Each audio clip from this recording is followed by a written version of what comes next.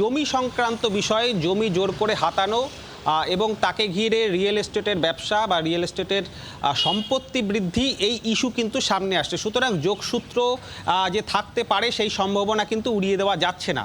এই মুহূর্তে আমরা রয়েছি যেখানে, অর্থাৎ মধ্য কলকাতার এই 4 নম্বর মিডলটন স্ট্রিট, তারই এই যে বিলাসবহুল বাড়ি তোমাকে দেখাবো। এই যে বাড়িটি রয়েছে, এই বাড়িটি KL ধানধানিয়ার। তার কারণ বাড়ির একেবারে সামনেই যে নেম প্লেট রয়েছে সেখানে স্পষ্ট করে কিন্তু KL ধানধানিয়ার নাম লেখা রয়েছে। এই KL ধানধানিয়াকে তিনি জানা যাচ্ছেন, তিনি একদিকে যেমন শিল্পপতি, তার পাশাপাশি তার পরিবারের একাধিক সদস্য তারা কিন্তু তারা চার্টার্ড অ্যাকাউন্টেন্ট।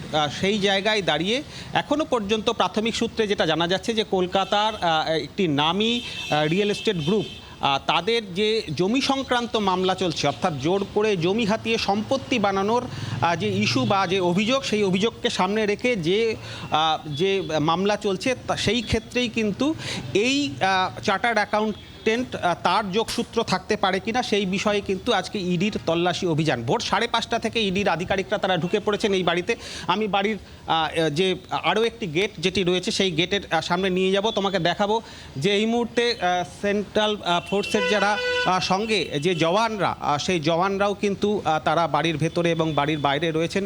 একাধিক মানুষ তারা কিন্তু এই মুহূর্তে তাদেরকে ডাকা হয়েছে তাদের সঙ্গে কথা বলবার জন্য, এবং বাড়ির মেন গেট কিন্তু দীর্ঘক্ষণ ধরে সকাল থেকে বন্ধ রাখা ছিল।